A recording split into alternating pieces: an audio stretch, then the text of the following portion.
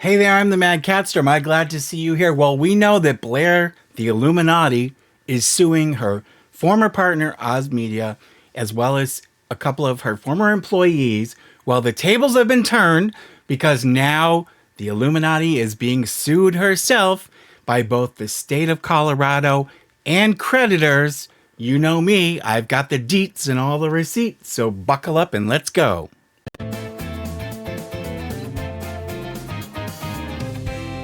So I'm here with Sybil the Enforcer, and Sybil says like and subscribe because we are just about 100 subscribers away from hitting 35,000 subscribers. I'd like to do it by January 1st, so if you're not subscribed, please like and subscribe. We'd really appreciate it. I've got some people to thank for the Amazon wish list, which is down below in the description. That's stuff for the cats. I'll do that at the end of the video, as well as we have some new Patreon members, and I'll thank them at the end of the video too. Also, some of you know my oldest cat, Amelie. She's kind of frail. She's not doing so great. I think that we're kind of getting to the end. So I'll tell you all about that also at the end. Anyways, let's talk about the Illuminati. Well, we know that she's filed this suit in court against Oz Media, Wonderstruck, and Felix the Kit Kat. And we've reviewed that. If you haven't seen the video, go watch the video that I put up about it. And I go and break down basically the whole thing.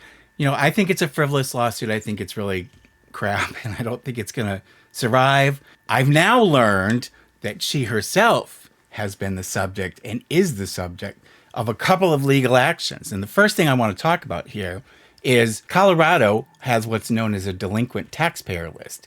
And Colorado is where Illuminati lives. So this is public information, but this is from the Colorado Department of Revenue.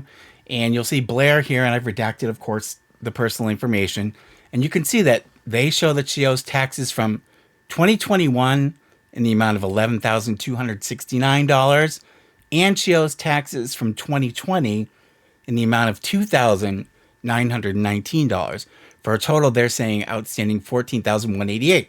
And so then I wondered, well, is this like up to date? Is there a chance that these have been paid off? You'll see here it says delinquent taxpayer lists, and it specifically states this list contains only those taxpayers that have not resolved their debt.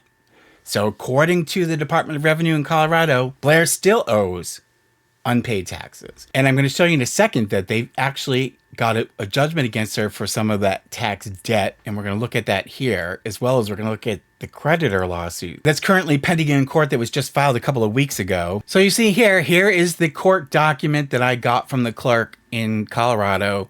And it says Department of Revenue versus Blair. Again, I redacted it. It's the Colorado Department of Revenue. On July 3rd, they got a distraint warrant, which is apparently what they call this particular type of action that they filed in the court.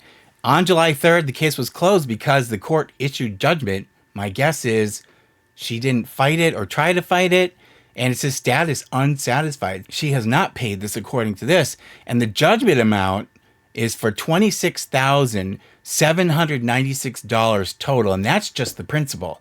And usually when you get a judgment, not only, I'm sure, has interest been accruing since she went delinquent on the taxes, but when the judgment hits, the court also starts calculating interest. So she's going to be responsible for that almost $27,000 plus interest. In order to satisfy that, if she doesn't pay it, they may try to get a lien maybe on her house or on some other property of hers to try to get that paid off. So if I were her, I'd address that pretty fast, because the one entity you don't want to screw with is the government, whether it's your state, local, or federal government, because they will not ignore this. I'm guessing she's financially not in the best position right now, in my opinion, when you see this lawsuit that one of her creditors filed. So this, you'll see here's the complaint, and it says complaint under simplified civil procedure, which is basically like small claims. And it's Marshall Recovery 2 LLC, which is a debt collector, I'm guessing, against Blair. And again, I've redacted it. It was filed on December 5th. It says such claim arises from the following transactions: failure to make payment on account with plaintiff's predecessor in interest. Predecessor in interest means somebody else originally owned the debt. And I don't know if any of you are familiar with what happens when debt goes to collection, but a lot of times the original creditor writes it off and then they sell the debt at a discount to another entity who then will either try to collect the debt or end up filing something in court, or it could get sold again. And you'll see in a minute what happened with this debt. But it says predecessor in interest, Wayfair First Electronic Bank, Genesis FS Card Services, Inc. My guess is that Wayfair is like Wayfair, you know, the online retailer. So the amount claimed from the defendant is principal. Now get this, is principal of $3,611.18 plus accumulated interest and costs.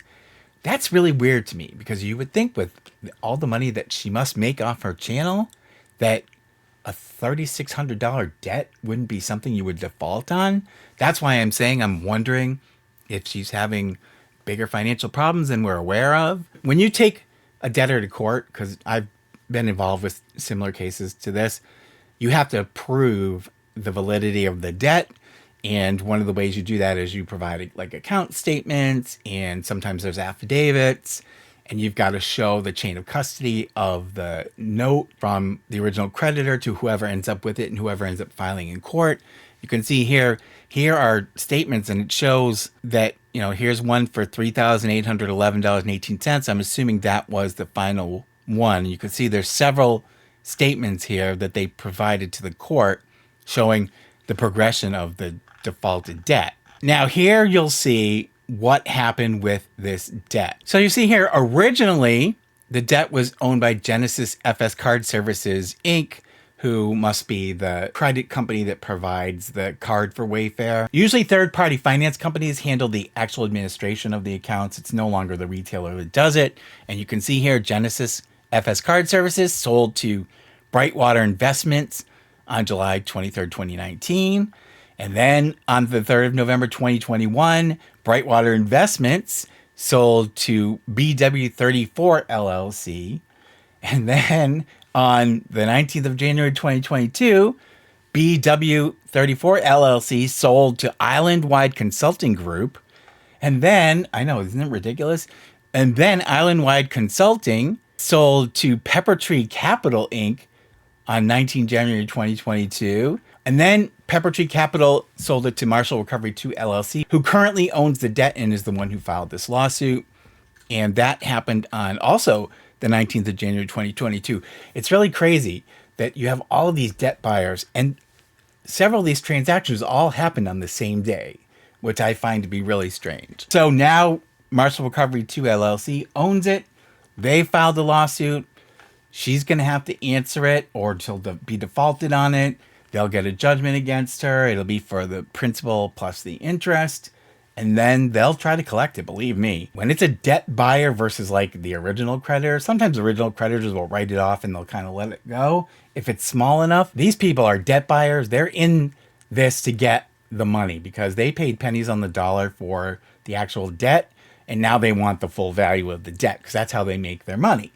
So they're going to try to get a judgment. I'm sure they will get a judgment unless she pays it in the interim and makes a deal with them. And then they'll go after her. And they will file a lien against property or whatever to try to get this satisfied. So let me know what you think. Do you agree with me that it's kind of weird that she's being taken to court for a $3,600 debt? I mean, with all of the property she owns and all of the money she must make off of her channel, you would think this would be peanuts to her. But is it an indicator that she's in bigger trouble than we believe or know? Maybe. Let me know what you think down below. I also want to thank a few people from the Amazon wishlist. You guys have been so great this holiday season. Now, the Amazon wishlist is down below in the description. It's only stuff for the cats. It's nothing for me. I appreciate all that you guys have given to these little guys. And Sybil's still here. I want to thank first, Remy H sent us 2 containers of Temptations cat treats. We go through tons of treats, you guys. So thank you so much, Remy, for the cat treats. We really, really appreciate that. They don't last long in this house.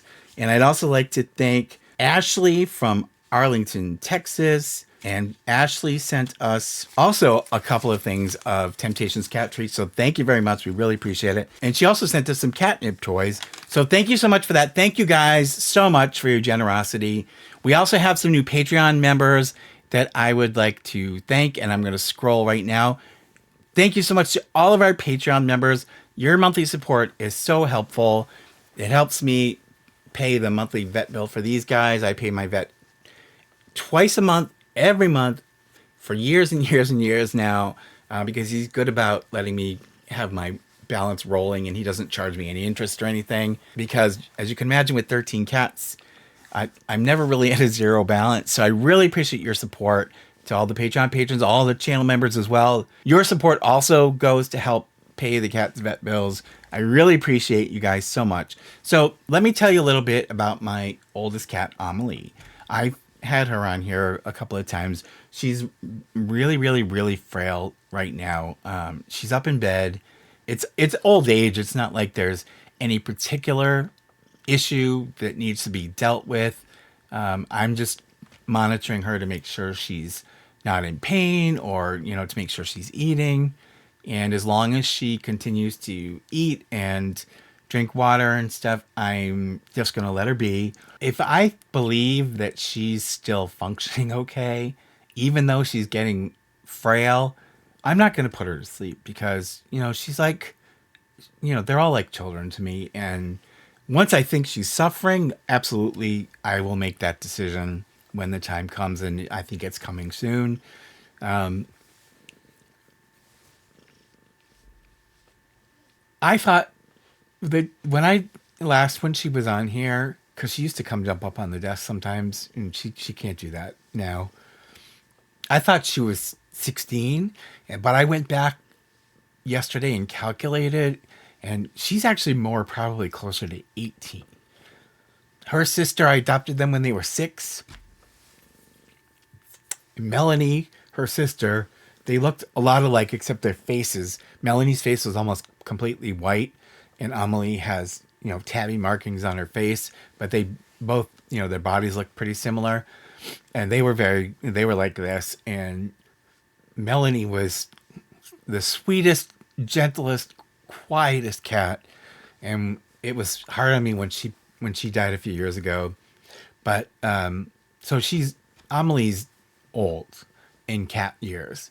My oldest cat, my favorite cat, Misha, lived to be 20. And I've had several cats that actually died at home before it became necessary to bring them to euthanize them. And I've had 3 cats that have literally come to get my attention just before they died. And my favorite cat, Misha, I was working on a pleading for court. It was really, really late at night. It was like 1 o'clock in the morning on a weekend, believe it or not, when I was working in bed with the TV on. And he used to like to curl up, and he curled up like in between my legs. And he got up all of a sudden, and he looked at me, and he meowed, and he laid back down. And I thought, oh, maybe he wants some treats or something as soon as I finish this. And what I didn't realize, he had died right at that moment. And I was glad I didn't have to put him to sleep, because he used to go every day. He died in 2017, and it still is. It's still so hard to talk about. But no matter when I came home, whenever I came home, when I came through the front door, he was sitting right there waiting for me. And he was my best friend. He used to follow me around the house. He was with me 24/7 when I was home. I miss him a lot. But so Amelie at 18, or there, close to 18, is old. And she's had a long, good life. She's never had really any major health problems. And, oh, God, that just reminds me, Sybil is getting old, too. But she still has a few years. And that's going to be another one that's just going to kill me. Ugh, I don't want to think about it. Anyways, I hope you guys had a great holiday. Thank you so much for all your support. Again, we're almost at 35,000. Can you believe it? We just celebrated 30,000, and now we're going to hit 35,000. So if you're not subscribed, please subscribe. We only need like 110 more subscribers, and we'll hit 35,000. I want to do that by New Year's. Also, be on the lookout. I have a second video coming about Lauren the mortician, and about how she and her attorney Jeanette possibly broke the law and could be in some big trouble. So look for that video. I'm putting it up right after this one. I'm going to not wait on that one. I'm filming them actually back to back here. So look for that. I hope you guys had a great holiday. I hope you have a great new year. Thank you so much for the support this year, you guys. We love you so much. In the interim, between now and the next video, take care of yourselves, love one another, and I will see you in the next one. Pretty please. Subscribe, like, and hit the bell. I get a treat for every new sub. Thank you.